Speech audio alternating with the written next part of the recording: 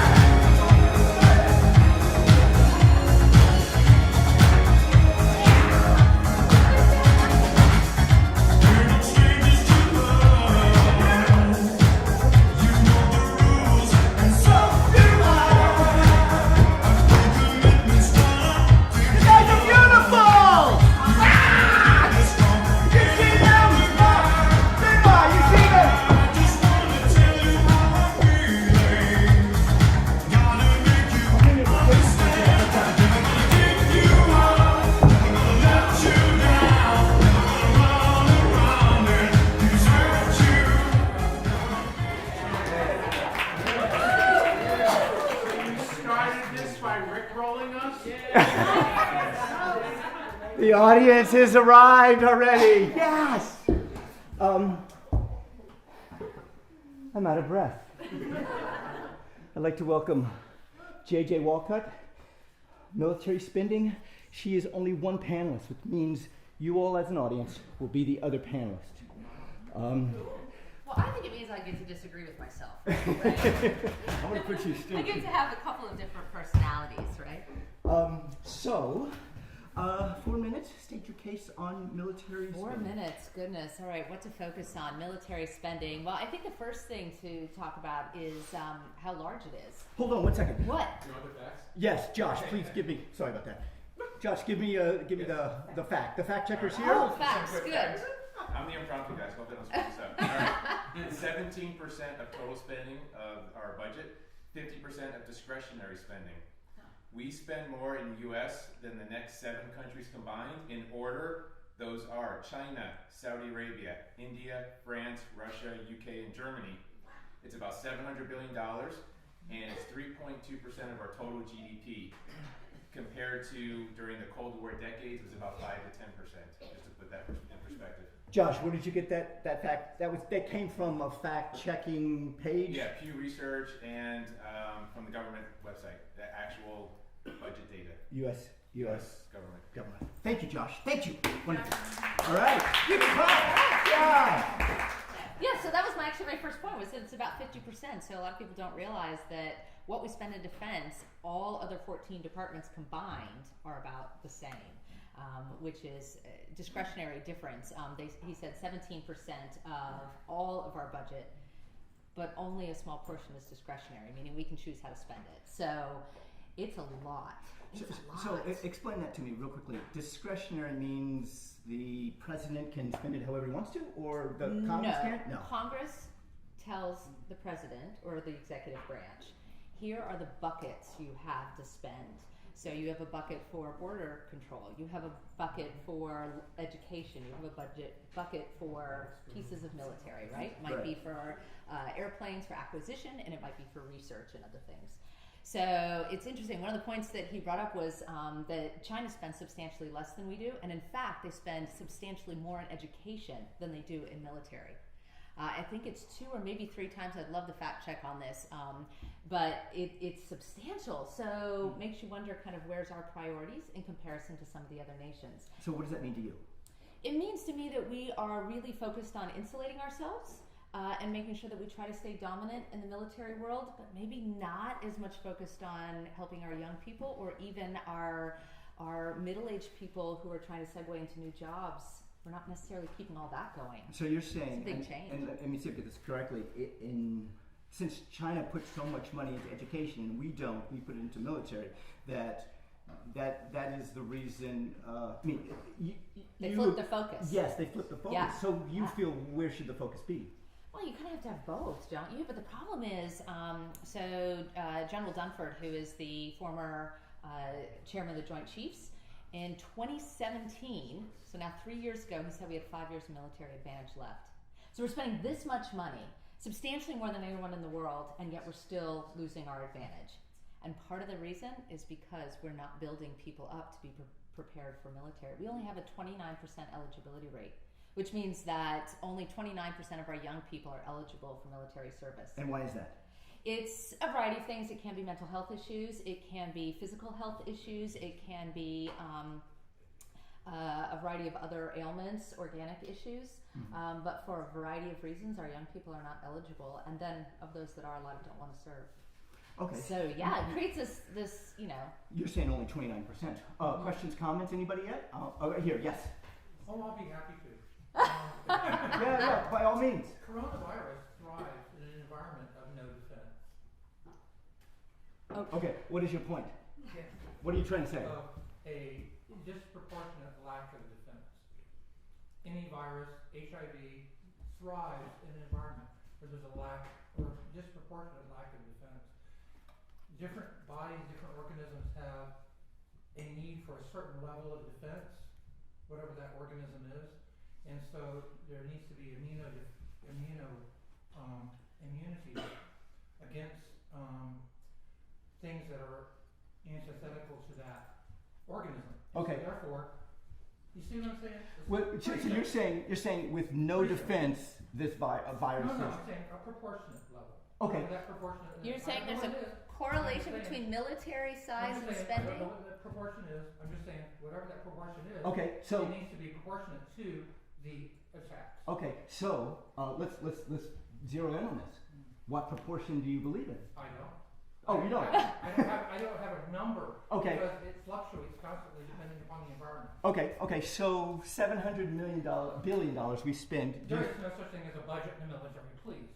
Oh yeah. There is no budget. Okay. Oh, I would definitely disagree with that. Go ahead. Now that does not mean that it isn't, that we can't drive a bus through it. It doesn't mean that it doesn't get moved around, but we live by so many budgets and so many rules.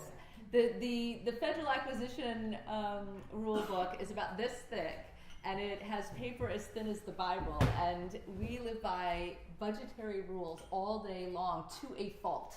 Okay, so I think, and I don't want to interrupt. I don't want to put words in your mouth. I think what he means is that the perception of the military is that they just spend for toilet seats that are $500 toilet seats. Thank you. Yeah, I think is that. I'm not assuming. That's the beginning. Okay. Yeah, no, it's fair it's because of all those rules, right? That we have to walk through all these rules in order to be able to spend something logical. So there's been a whole lot of talk about changing the way that we operate.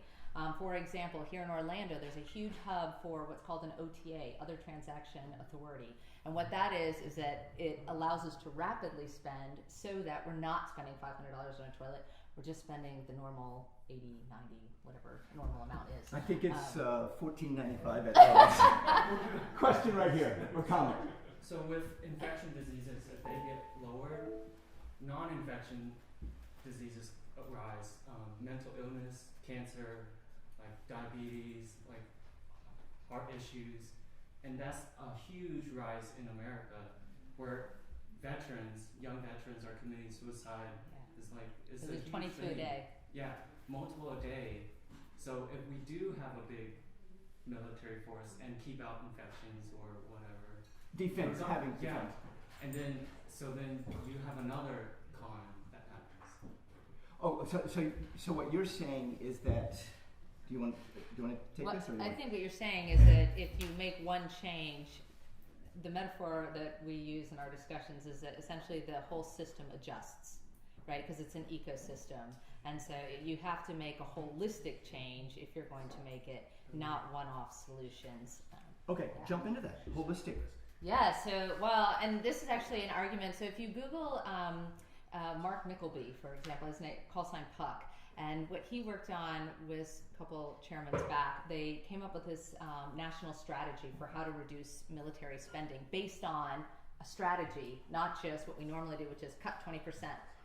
There's no logic in that, right? Mm-hmm. But when it was taken to the White House, it was, well, that came from military, we're not going to consider it. Okay. So yeah, these kinds of things, So the politics plays into it. Okay.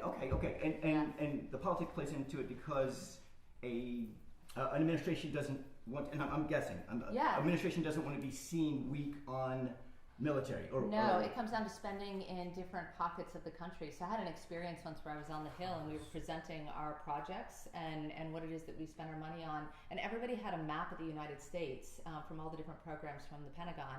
And what they did is they had marked where in the country they were spending on contractors. So when Congress came in, they only spoke to those people who were spending in their district. Ooh. Questions, comments, right here, yes.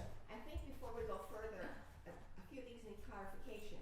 I don't think there's any way of comparing the U.S. military budget of $700 billion with China. To begin with, China pays its people next to nothing. That's Okay? true. So that's one thing. And in terms of having discretionary spending in China for education versus the United States, that's one of the reasons right there, is the way that money is spent. Right. Okay? And I think that has to be pointed out because otherwise it's patently unfair. The other thing that also I think has to be given a second look to is the fact checker brought up a number of countries and stated that the United States spends more than X number of countries. There's 7 countries I think he mentioned. The United States responsibility is far different from the responsibility of each of those countries that was mentioned. And I think that that's very important to take into consideration. The problem with the budget as it simply the way that it's being administered, okay? And it's an endemic and systemic problem, and that problem should be addressed. Do you want to jump in on that? Yeah, no, I Okay, mean, yeah. I agree. So I'll start with the first one, which is the point about China. When it's a ratio, then it is noteworthy within country, right? So if you're spending 3 times on education than you are on military, regardless of how you spend, you're still spending more compared to the opposite in us. But fair that they pay differently than we do. I'll totally agree to that. Okay, can I jump in real quick? Yeah. Tanks to tanks. How many tanks do we have? How many tanks do they have? I don't know. Okay, all right. I was just going to say, I don't know that number. if the money is Yeah. different in their country and our country, and then let's let they have so many tanks. Yeah. Maybe Josh, you can look into that. I don't know. No, I'm sure it's available. But I would say on your other point, I completely agree. There is a systemic issue of how it is that we allocate money, and a lot of it comes down to how it's spent in districts versus what makes us gives us the advantage that we need. Okay, so how do we administrate it? Then that's when you need to have that strategy, right? You need that overarching strategy. But if that strategy is not going to be accepted between politics and military, then we have an issue. You're right, and you're saying no to 20% cut. You can't just do it across the board, Okay. because that assumes that everything is equal and everything isn't equal. Some things need to stay and be larger, and some things need to go. And you need to think about that, because our adversarial space changes constantly. We have to adjust. Question right here. I'm sorry. Everybody will get a chance. I promise you, everybody will get a chance. You right there. Just following up on what you mentioned, he asked you a question about tanks to tanks. Oh, yes. What I would suggest is, isn't that like a 50s World War II-ish type of comparison, where now isn't our greatest, we don't care how many tanks they have, if we have the ability to push a button and disrupt the network so none of their tanks shoot, so they don't have electric in there. So I thought that the new way that war is being waged is through technology rather than through bombs. So the idea that you would spend X amount of dollars on what this Moab or whatever it is that we have, that we're so proud of, actually there's someone somewhere who can push a button and shut down Chicago, or have the ability to disable the city and disable by that is that's for disabling our military. So you're completely right. And so then who is it that we need to be training and lifting up to be ready, right? It's not just about technology, it's about who's behind it. Exactly. So the idea that we're spending on tanks and on ships and on actual military muscle, it's rendered moot if you just go a layer deeper, isn't it? No, we need both, actually. Yeah, usually the assumption is you also need to be close to front-end combat as well. Also, there's an economic impact, which is why the military commissions the construction of ships, et cetera, because that economy is very based on some sort of manufacturing. Right. Yes, you right here.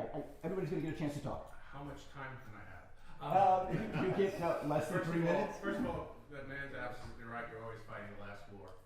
That was the problem Oh, with the yes. Second World War. Secondly, by any measure, and feel free to Google it, by any measure, the United States military dwarfs everyone else. The divisions of the United States are Alabama, Alaska. You know what? Syria, shut up. Dance! Time for rock.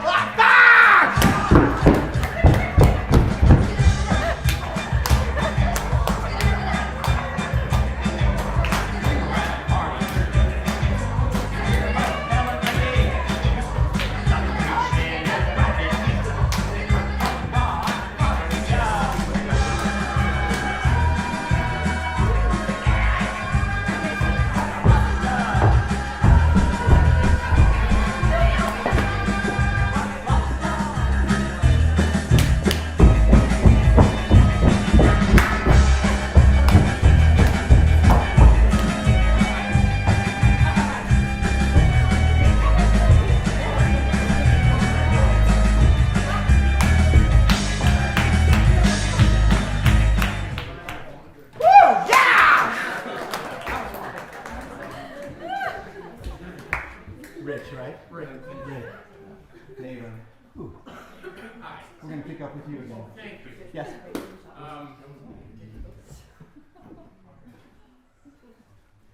You know what a littoral ship is? It's a boondoggle that costs billions of dollars for ships that could operate close to shore Right. because of the defense industry wanted the money so badly, and they built 4 of them and they don't work. And we're now deploying frigates, which we've had for 60 years. So there's a tremendous amount of supporting the military-industrial complex, and there's money moving behind the scenes. Also, our military is not for defense. Its purpose is to project power. Ooh, nice. Very good. When you have an aircraft carrier and a carrier group, purpose of an aircraft carrier is to project power. When you move a carrier group into an area, you control the area. You take over the airspace, you take over the sea space. So we do not have a defensive military, we have an offensive military. And what we do is we have the opinion in this country that we're the cops of the world. As the nice lady said, we have a different theory, that we are going to spread our projection of power around the world so that everything will be fair and nice, because after all, Americans are nice people and everybody else sucks. I'm going to cut you off right now. You said One more the thing. opinion. No. Continue. You said the opinion of this country. What is your opinion? My opinion is we don't need to be the cops of the world. Okay, yeah. That we don't need this kind of military for the purpose of projecting power. You talk about the Chinese, they finally built an aircraft carrier. One. Because they wanted to project power into the South China Sea.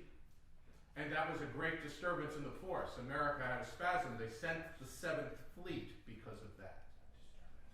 And the final thing is, wars are now asymmetric. Yeah. They're fought, And irregular. as you say, they're fought in cyberspace, but they're also fought by large numbers of people with small weapons who are willing to use low technology. And when you are projecting power, you're projecting power into other people's home spaces. It's very expensive to project power, and it fails. We've lost Afghanistan. I mean, the list of wars where all we've been able to be is at best an occupying force, which is horrendous.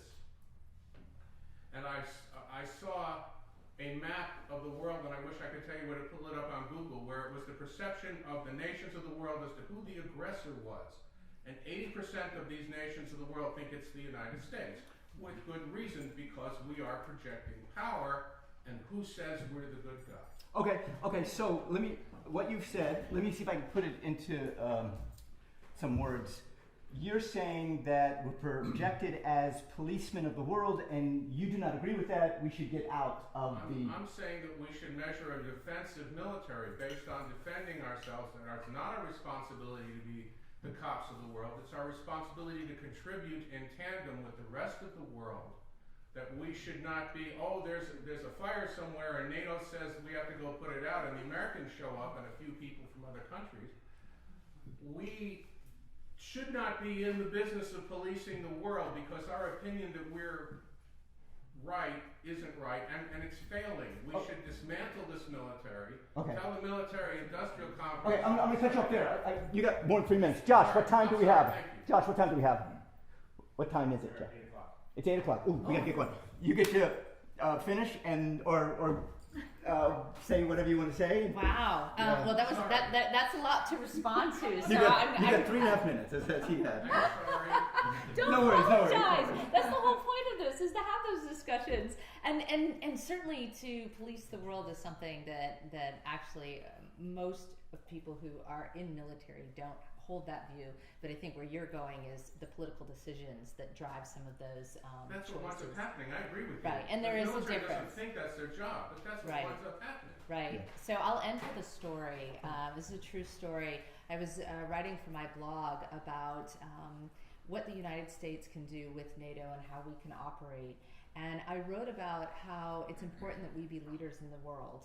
And I sent it to a number of my colleagues in NATO and asked them to review it. And I got kind of funny responses. And I thought, those were not the responses I wanted. So I went back and read my post, and I edited it. And I wrote instead about how it's important that we be teammates. And then we recognize that the benefit that we can bring to the world is one benefit, but that all of the other allied nations have a benefit as well. The smaller nations have more agility than we do. So when we talk about cyber, their ability to understand how to take what we call commercial off-the-shelf pieces, COTS, and build them into something that's useful, sometimes beats our own. Or we had an experience where we were working with Switzerland and they needed to change the laws. They did it right there in the meeting. We would never be able to do that in our country. Finland makes sure that everyone is educated, commiserate with their ranks, so your generals all have PhDs. There are benefits that these other nations bring that are different than our own, and when we see ourselves as part of that team versus the leaders all the time, it comes off much better. The decision-making changes substantially, and I think that's where you get better spending and better results. JJ Walcott, everybody!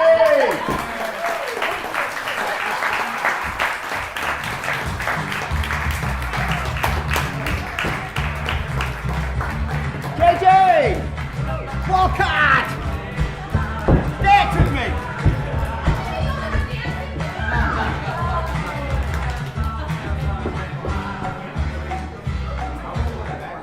All right. That is. I was just going to say, as a military veteran, I basically agree with you. Oh, okay. Why are we in Europe 75 years later? Why are we in Afghanistan? Well, there's one thing that needs correction, which is we didn't respond because China built one aircraft carrier. We responded because they have militarized the islands that they have constructed. When I lose control, we dance. You know that. This is 1/3 of what. I'm not following the rat hole. I'm responding. Just saying. This is 1/3. We're going to go to another subject, and just so you know, I want to make sure that we do not all agree, and we can see that right now. We do not all agree. We're going to go to abortion next, and I'd like to introduce Troy Schmidt and Ron Haben, abortion.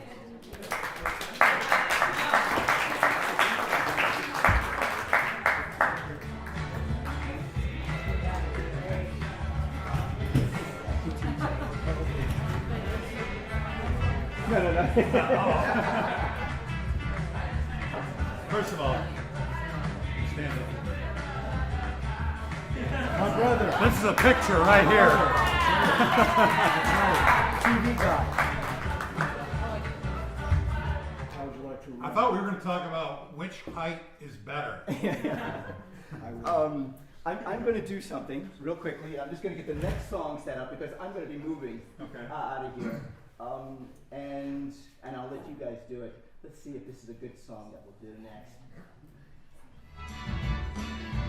Yes, I think it's a good song. Yeah.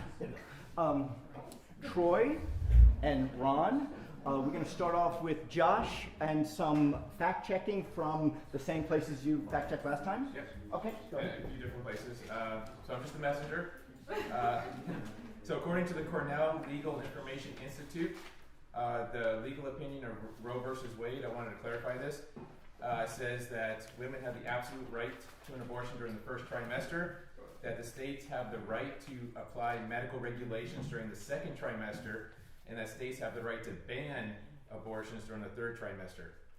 The medical rule of thumb of viability occurs at 24 weeks of pregnancy at the earliest, and that's according to the Royal College of Obstetricians and Gynecologists. And according to the CDC, less than 1% of abortions occur after that stage of fetal viability. Public opinion real quick, 61% say abortion should be legal in all or most cases, according to Pew Research in 2019. 38% it should be illegal in all or most cases. 2017, quick last thing, 48% says abortion is morally wrong in this country. 20% say it's morally acceptable. 31% say it's not a moral issue. Thank you, Josh.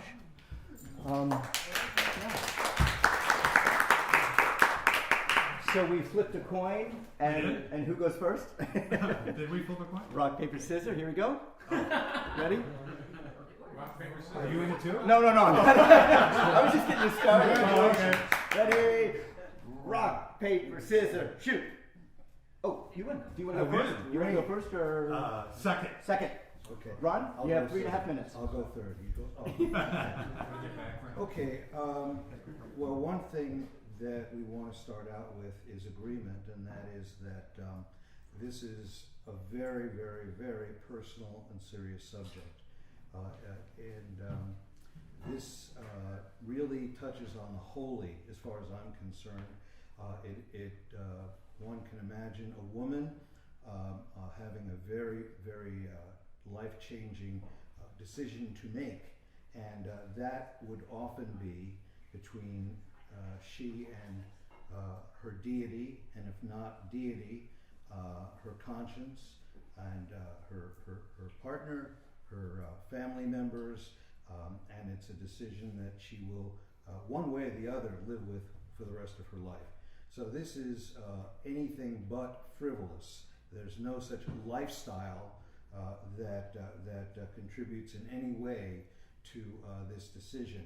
Now, it seems to me that if we are a society that displays and trumpets freedom, then the woman should make the only decision that is true to her heart, true to her theology, and true to her understanding of the universe, as the Supreme Court has said. Sandra Day O'Connor said that, and I would say that it's her freedom, it's her body, it's her life. We also see the results when unwanted children are born. Their lives usually are miserable. The parent is economically disadvantaged for decades if they choose to keep the child. Child often knows that maybe they weren't wanted. Many are put up for adoption, and they are, women in that case, are economically subjected to second-class citizenship, and there are those who would oppose abortion, or at least would support what they would say is a fetus from conception to birth, and then the knives really come out, because what's cut are the safety nets. What's cut very often is the very aid that this woman and or family need to get a start in life and survive. So cut back on Medicaid, cut back on food stamps, cut back on the essentials of life, leading to a generation of economically disadvantaged. Okay, let's jump in there. Okay. Troy, 3 minutes? Yeah, so background, really smart anthropologist, and I can spell anthropologist. I'm pretty good at that. But I'm a writer, and I'm also a pastor. So that's where we're coming from. Thank you. So I want to tell you a story. First of all, we have 3 children, my wife and I, and the two of us are extremely fertile. It's crazy. It's like 3 months in, we got pregnant into our marriage, and didn't plan it. Wasn't really economically feasible. We lived in Los Angeles at the time, but couldn't see it any other way. We made it work. We had to, eat ramen noodles and Spam and, Velveeta or whatever we could, but I mean, we made it, and it was one of the best times of our life. Well, then again, we got pregnant again, hadn't planned it. And within about 2 months, she started to bleed. So we went to the hospital, and I'll never forget this. We went in, we're wondering what's going on. And the next thing, the doctor came out and said, the baby's dead. And so we grieved. I was really shocked. I thought I would be like, oh, okay, well, but it hurt. And I just sort of got a glimpse of what that might be like for others going through something very similar. We then had 2 more, and again, none of them were planned. We're terrible at planning. Things just happen. But then we had 3 children, all healthy boys in their 30s and late 20s, and married and getting married. Couldn't imagine it any other way. So that's the first story. That one child that we lost, we really considered that a child. And we could see it. We looked on the ultrasound. We could see a head. We could see feet. and everything. And even though it was around 2 months, which, you know, you would say, well, that's probably the time when most people get abortion. I tell you, I saw a life and it hit me hard. Here's the other story. Being a pastor, you know, sometimes I'm up at church on Wednesday nights, and a frantic young lady came up with her friend, and she said, my friend is found out she's pregnant, and she's thinking about abortion. Can you talk to her? It's like, okay. So we sat down and we talked, and it was very traumatic. She was worried about her mother and how her mother would react, and it was really painful for her. And we talked through it, but we got to a point where she said, well, I'm just going to go talk to my mom. I know she's going to hate me, and it's going to be terrible. But she was surprised. She went and talked to her mom, and her mom was disappointed, but supported her. I just saw a picture of that baby a few weeks ago. 3 years old. They're the happiest they could be. The baby's getting all the love from the grandmother, the mother, and I just see a whole other sort of switch and all that.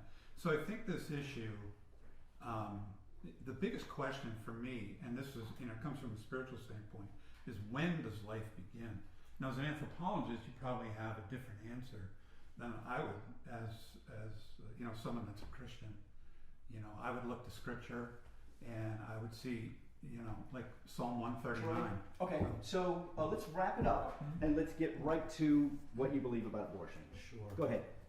I believe that it is a decision that a woman makes at the most serious level of her soul, and that she can and often does connect with her deity to advise her on her individual spiritual path. Okay, a woman's decision. Troy. And I say that there is a life inside of a life, and that life should have rights also, the right to live. And that to take away that life just is not good for our world, our society, and the whole procedure itself causes immense amount of pain and shame for many people when they go through it. So when is life, in your opinion? So I would say it's conception, because I couldn't say, well, it's here, where it's here. I know some biology, and I'm going to attempt to tell an anthropologist about everything I know about biology. But when I looked up what life was, it says life begins with metabolism, growth, stimulus, that it responds to stimulus, and one other thing that I'll remember in a second. And so all of those sort of factors could be seen 2 months and younger, before most women really sort of grasp the fact that they're pregnant and then go get the abortion. Okay. So I say this is So explain to the audience what he believes. He believes that life begins at conception, and that the meritorious examples from his family and from the two parishioners that he mentioned should be exemplars for the entire society. Okay, And Troy, explain to the audience. We're getting to it. We're going to get to it. That sounded pretty good coming from him. Explain, everybody, what he believes. Yes. So he believes that the woman is the one that sort of gets the decision, because this, I don't know what exactly you would call it, but this cell organization is hers and her responsibility, and she gets to decide. Okay, so let me see if I get this straight. He believes it's the woman's choice, and you believe that at conception, from then on, no abortion should take place. Incest? That's bad. That's bad. So Whitney, don't. I agree. Good answer. You want to debate incest? Okay. Good answer. So I like this case. So I'm just going to set it up. Incest, a baby, a sperm and egg come together, and the metabolism begins. Then go ahead. So should that baby be allowed to live? Yes. So the question is, should that baby be punished for the sin of the father? Punished. Explain that. By removing its life. So in that particular, and we sort of center the whole abortion issue. That's usually the first thing people say. What about incest? And fact checker, less than 0.5% of all of them, so it's a very small. And then out of them, it's like, what I saw was like 15 or 20% of those that were pregnant by incest decide to get an abortion. So it's even a smaller sort of subset that allow the baby. So let's just go incest, rape, retardation or whatever. Yeah. Again, a very, very. You look at the mass of all the children. Should we decide for these specific cases? What I would personally say is there are plenty of cases of children in those situations that have grown up either that they were adopted and loved and taken care of by other people, which, by the way, at our church, I mean, there are people hungry to adopt babies and would give them a completely happy life. And so we know that there are people out there that would do it. It's a very viable option. And a lot of the adoption agencies that I've worked with just, are looking for children to give to good homes. Okay, two opinions, comments from anyone? You right there. So the argument nowadays, currently, isn't so much as should it be legal or not, but it's more around the gray area kind of issues for things like, do we require a doctor to have local hospital privileges? Do we require parental consent for minors? Can abortion providers sell body parts? Should federal funding be given to abortion providers? Those sorts of issues are the ones we deal with today. So what is your viewpoint on that? What is your viewpoint on that? Well, I'm looking for a viewpoint. Okay, all right, go. I can tell you if you want me to talk for 5 minutes, but I won't. That's okay. Whoever wants I'll to show those issues out there. Sure. As you may know, in the last week, the Supreme Court has decided to take up the case in Louisiana. And it does involve, as you say, hospital admission privileges. Now, let's be very clear on what that is. That is clearly about restricting abortion to the point where de facto many clinics Stop right there. would have to close. Stop right there. Is it? What's that? Is it case? Yeah. I'm not as familiar with that case. Okay. Go ahead. Fact checker. So No. Do you think that the restriction of abortion doctors that have to go into hospitals instead of having it at their clinics, do you think that is a way of restricting abortion? That's what I'm trying to say. Well, it'll be interesting to see how it comes out. I mean, what I've learned is that a lot of the abortion clinics are not, do not have to sort of deal with a lot of the medical things that a hospital does, and that they should have some sort of regulations. There's sort of a hands-off sort of policy with a lot of them. And so, if you're going to make it safer. Well, actually, they are safe. And if the law were to be eliminated, then I think we'd learn a lot about unsafe. We'd learn a lot more about back alleys and coat hangers and a whole lot of blood and more fatality. Questions, comments? I've given you a lot. How about you, right? No, you right here. Sorry, Jake, put your hand down. Right here. My question is for you, Banks. Well, I've enjoyed listening to both sides of these two gentlemen. Shut up. No, how come no woman? Oh, thank you. We asked too. We asked the same question too. Oh, now we're going to dance.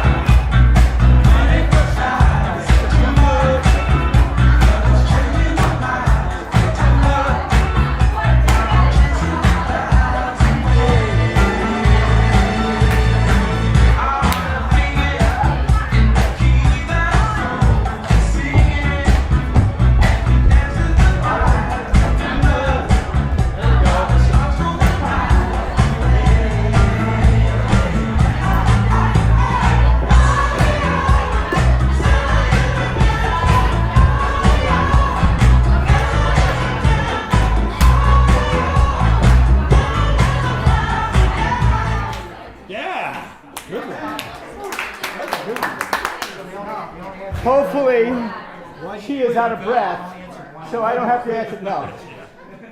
I will answer the question. The question was, how come there are two people who I don't want. Bernie Sanders and Joe Biden. Why do we have those two? No. Two people who are male. And white. Are you? And white. And white. And old. And I challenge What's old? the audience to find me at the end and say, if you're a different color than white, if you're a different gender than male, come up to me and say, I am passionate about blah, blah, blah, blah. And I promise you, I will find a stage where you can be up here. I looked for different colored people, different gendered people, and You found different height people. I That's why I asked. So I encourage you to come up to me and say, I want to do this, and I will have you on stage. Thank you. I got a couple nods. Yes, you with the blonde hair. Yes, it's gray.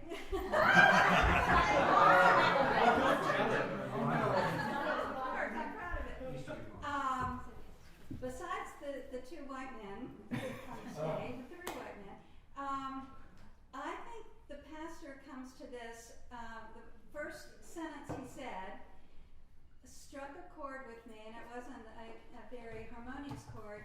I understand it, and I get it, but this man and I have two children, but we didn't get pregnant.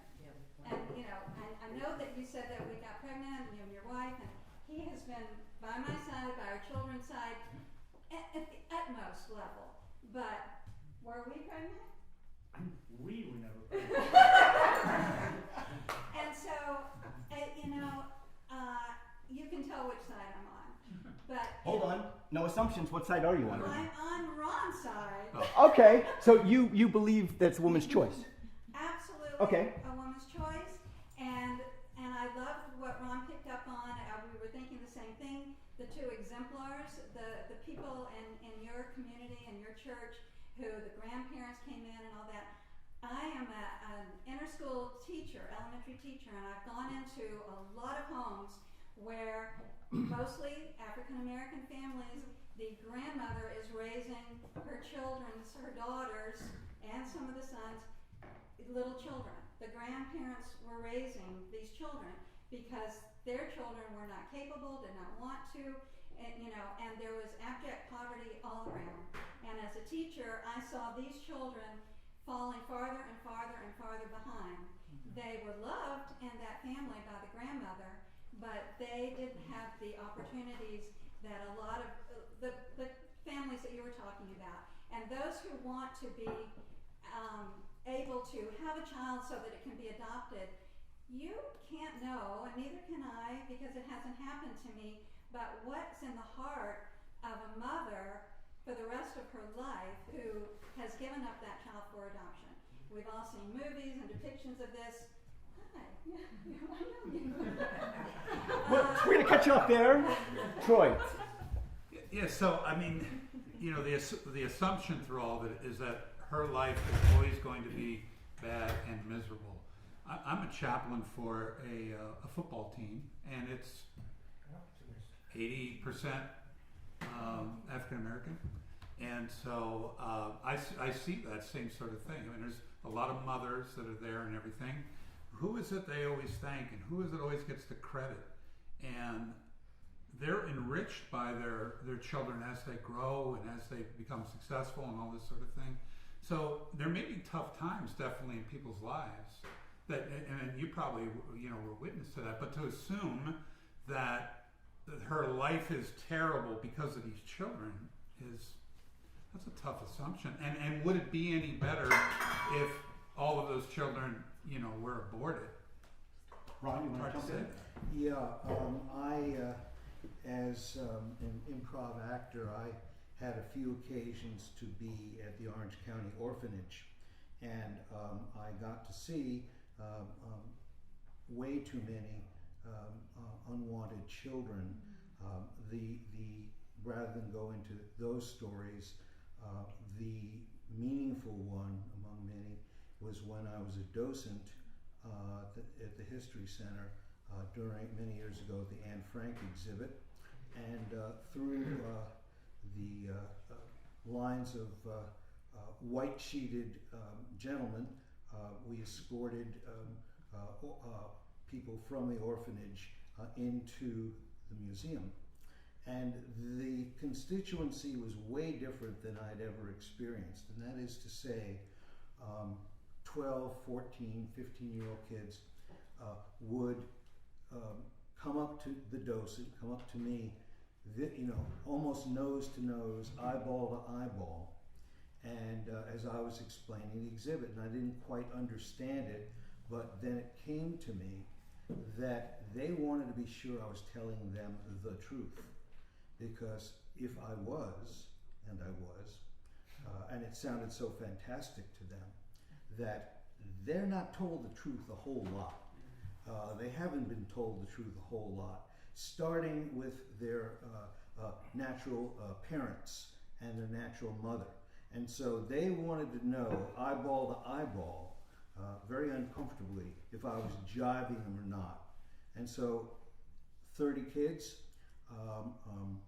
unsure of their own footing, wanted to be sure that this unfortunately horrible event of Holocaust was true, because initially they weren't buying it. Well, I let the museum close and I gave these over-enthusiastic young people an extra hour or two of my time, and we showed them things even behind the exhibits.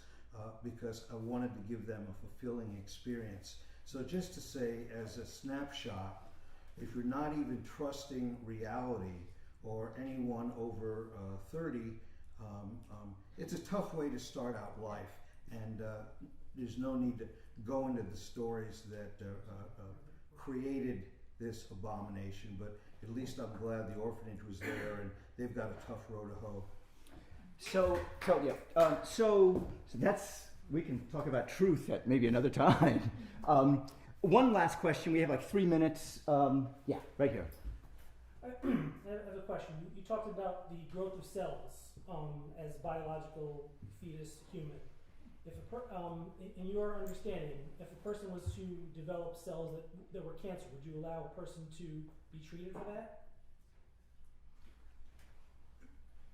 Yes. You mean to remove the cells? You described a cancer when you described what Sure. I mean, my wife had breast cancer. We removed it. Yeah. Standard, how to define whether or not something is alive. So it's not a matter of, I think all cells should have permission to do what they want. It's according to what we understand of science for criteria. Sure. That cancer cell, the destination of that growth is death, right?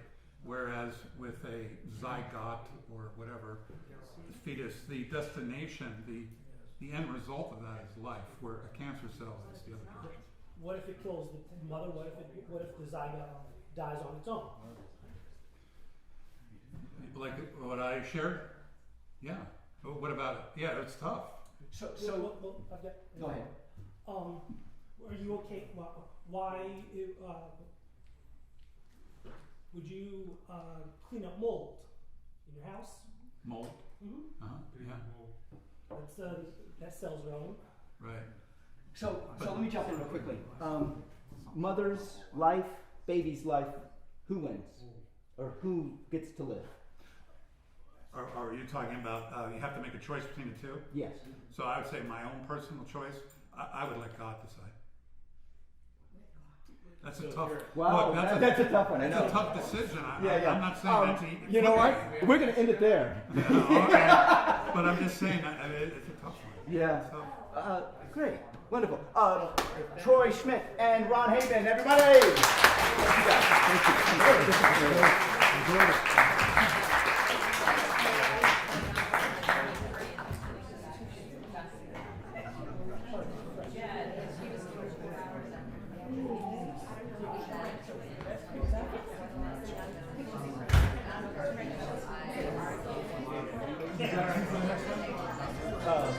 Thank you.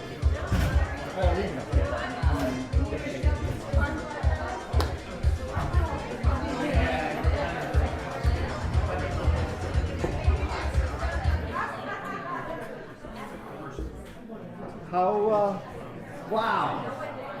Look at you. You guys are talking to each other. We're going to move on to the next one. How we doing? Do we have a barometer of somebody that has not spoken yet? We need to dance? You want to dance? All right, let's dance.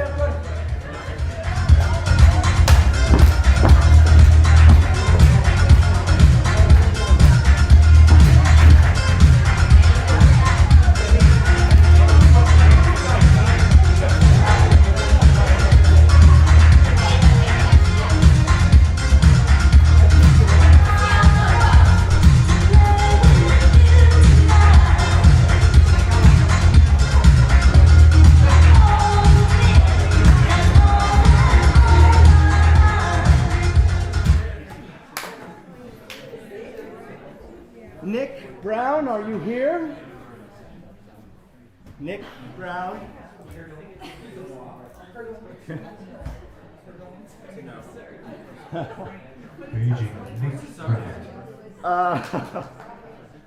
All right.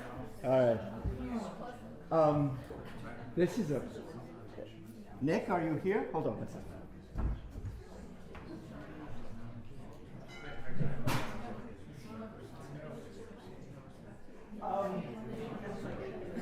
My third panelist topic is not here.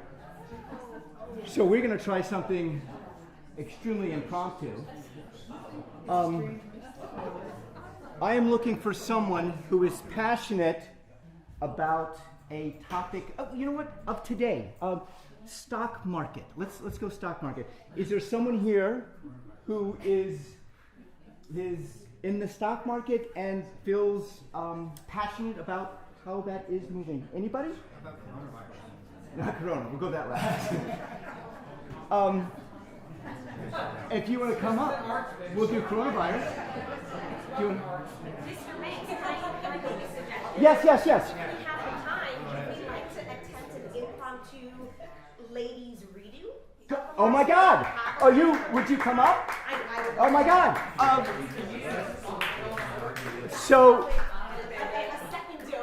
So we have a, what is your name? My name is Nilu Thar. You can call me Nilu.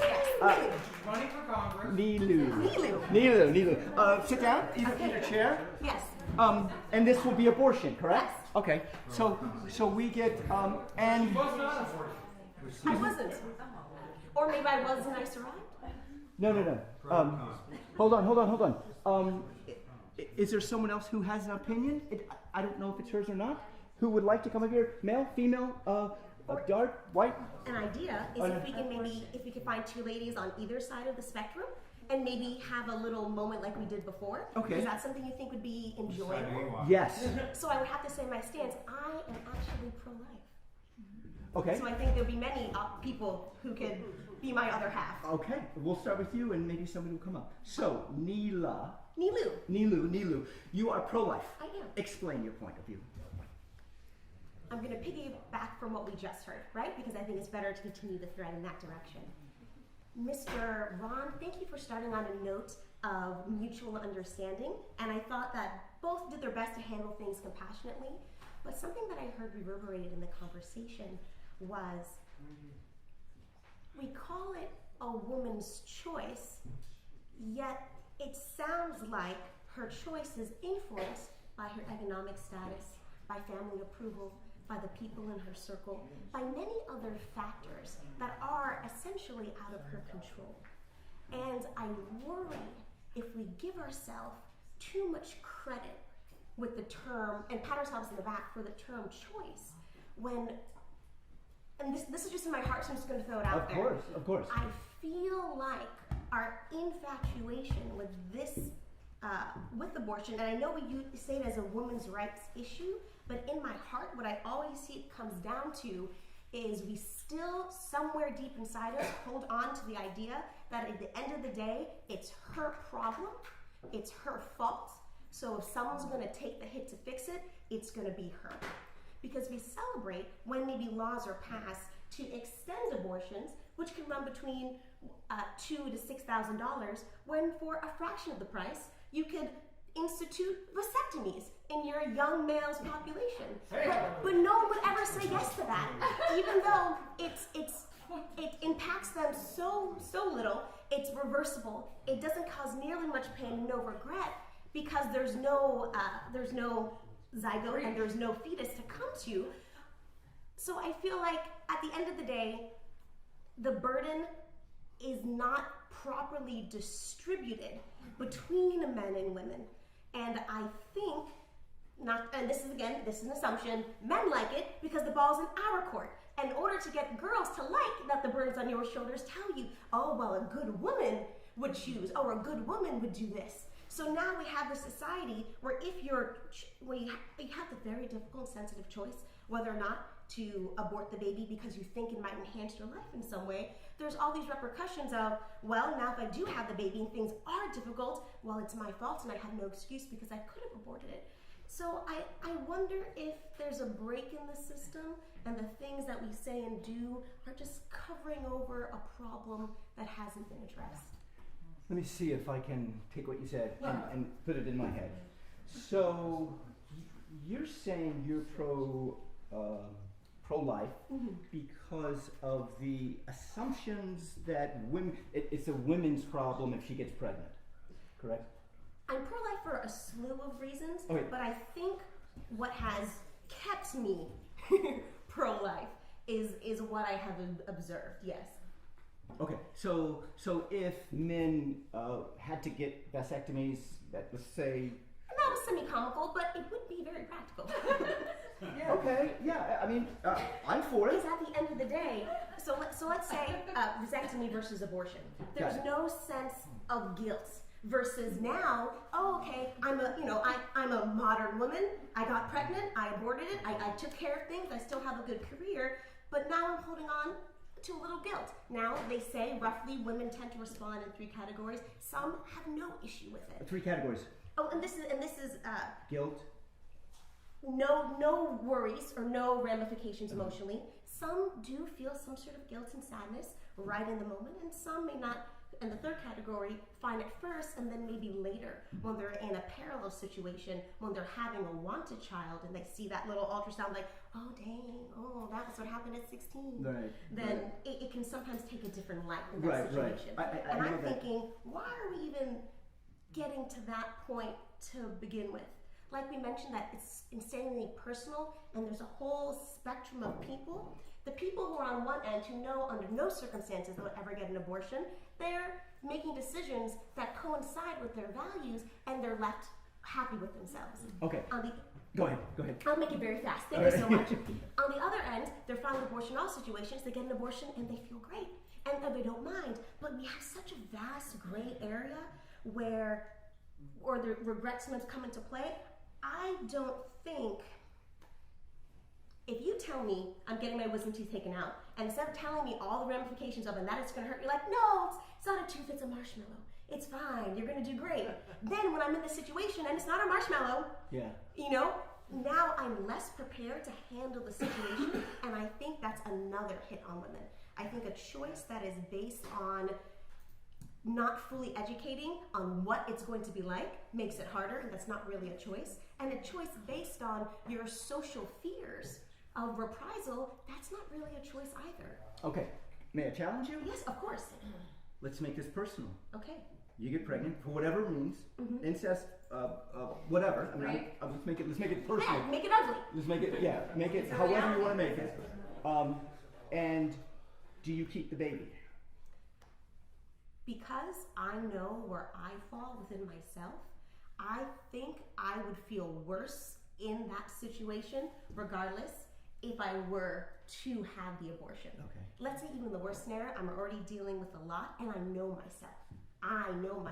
Good for you. So I know what I would choose, and I know that that would be better than the alternative because I can project in both directions. Let me challenge you even So many farther. people don't know Let me themselves. challenge you even farther.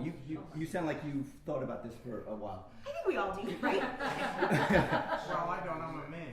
All right. You should be thinking about it more, or you need a But vasectomy. I'm not gonna get raped and have to think about like keeping a child or not keeping a child. And that No, is absolutely. that is the difference. Okay, so here we go. You get pregnant for some reason, and I gave this to Troy, and it's your life or the baby's life. You know what? I had a better. Oh, Troy, I had a slightly better answer to that one. Although, so when you gave that question, my first thought was, it is difficult when you have to balance between the two choices. But I think it's different when we say that there are two entities involved versus just one entity involved. So I'm not necessarily telling the doctors which way to go, but if I'm in that situation, I would ask the doctors, could you please consider a best case scenario for both? Right. Because the way you're going to handle that situation is different. If you want to give it a little chance versus it's all one way or the other. So I just think that it deserves a consideration, not saying that it surpasses in every situation. I think that's the least we can do. Right. Let's open up to questions. Let's go with you right here. I think I agree with everything you've been talking about. What I want to know of your opinion is sex education. Like for me, sex is very personal, but we teach abstinence. We don't teach taking care of yourself, protection and abstinence control, or like have sex if you want to, but understand how a baby's Sorry. You queuing it up? No, you didn't. So just like the vasectomy, I agree. Like I think If you it knew. we should educate before everything else, and then have the solution. Try to fix the solution later. Okay. We should educate. What do you think? I was just going to ask, it seems like when the pastor was up here, you asked that question about the mother of the child, and he said that God decided. Mm-hmm. If that's the case, and what you said is, he asked you the same question just a minute ago, and you said, well, knowing me, personally, just for myself, and then you answered, according to you. I think what I said personally for myself is in regards to having a baby when I had an abortion. In regards to medical issue, balancing mother and child, I think both should be considered. So I guess what my question is then to the pastor and then maybe to you is, I guess that because the pastor said that the decision should be left to God, and you're saying that the decision should ultimately be up to you, would it be wrong then for me to assume that you would both be against any kind of legislation that preclude you making that decision? Thank you for the question. It allows me an opportunity to clarify. Sure. I think when I say take both the mother and the baby in consideration, it's ultimately then in the hands of our best medical knowledge at that time. Well, what my So question, then it's more so what a doctor is able to do in that scenario. so Does would that it make to sense? a doctor rather than the legislature? So a law that was made prohibiting or picking for you would be something that you would not be interested in. If there was such a law that refused medical aid to help one or the other, then I do think we I'm just all saying would find that. it takes the decision out of your doctor's hands and out of your hands. Would you be for that? Or I think what That's you're right. saying is policy from legislators or the doctor's choice. No, an individual choice. Like the pastor said, Okay. the pastor looks to his God. Right, which is his. Okay, well, that's not your legislator. God doesn't have to get your vote. Yeah. You see? So the thing is, it's a decision that is made by man that is enforceable by incarceration or to your doctor or to you.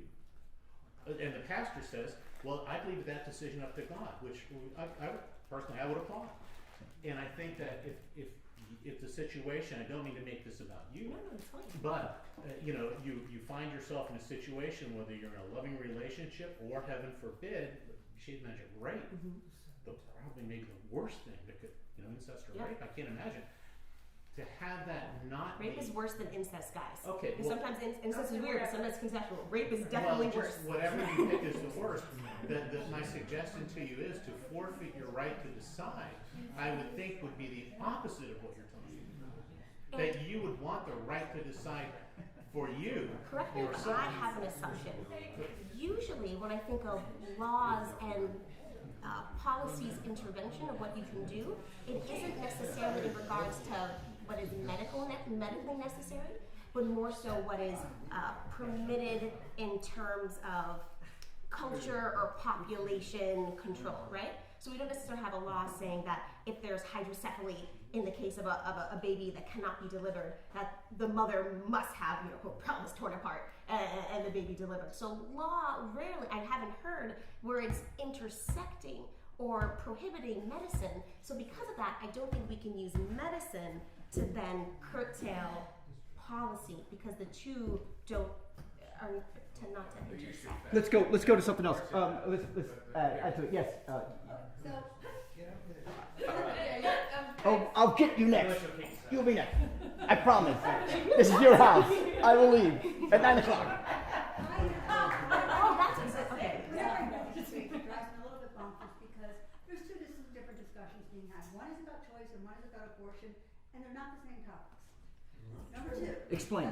Well, okay, I'm a counselor, and I've worked with lots of women in various situations. So you get a woman who's, had their choice taken away from them, and they're forced or coerced to have an abortion. What should be one choice now? Right.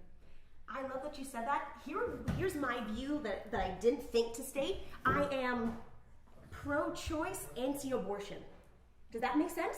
Yes. I'm anti-abortion, but pro-choice, or enabling someone to make the choice that they want. Because if they're fully educated on everything, they know how it's going to impact them, and you enable them to really live through the choice that they want, I think oftentimes a woman might default to a different strategy. And I don't think we really enable them to do that. So it becomes more so what fits in society, what fits the model of proper femininity, and what fits convenience. And then I don't think that's choice. This is complicated. Elaine. That's a big difference between being pro-choice and pro-life. Yeah.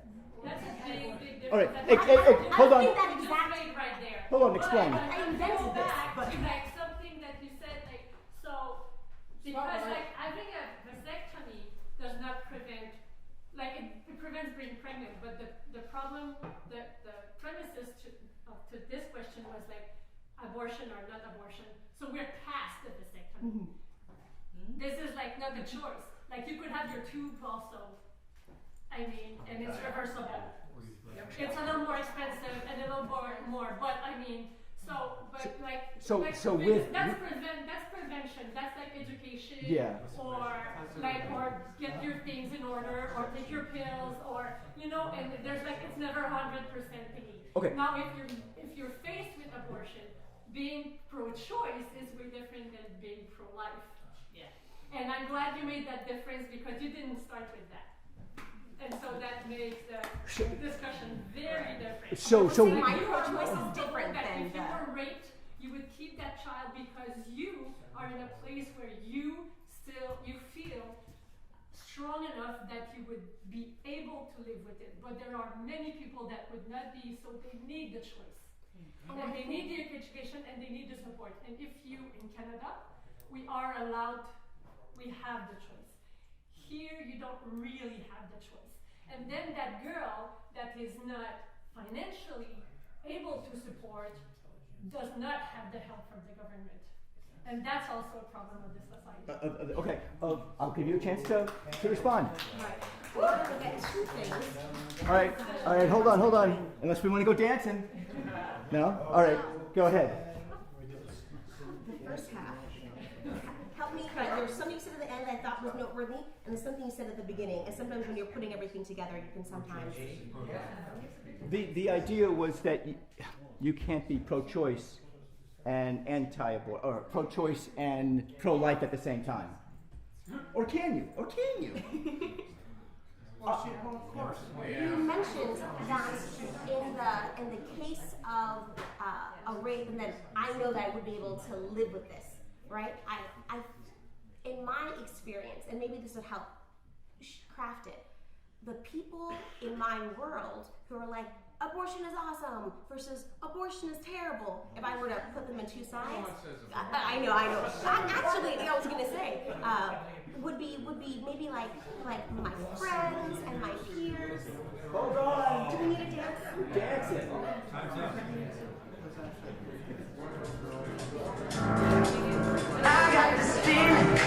Hang on, we might get back to it. We might have some time. Don't worry. You want to dance with me? I will. Thank you for coming out.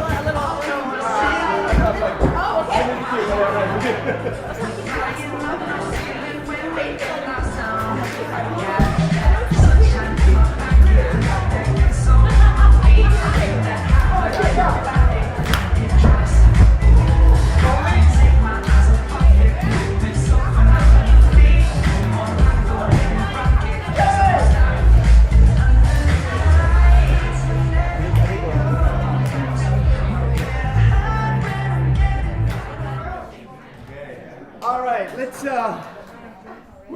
we're gonna finish. Wow. I'm gonna give you the last word. Yeah. I think in our life we'll always have to encounter different shades of gray. We didn't get a chance to do And that. that person wasn't here. That's why I ended up on the board.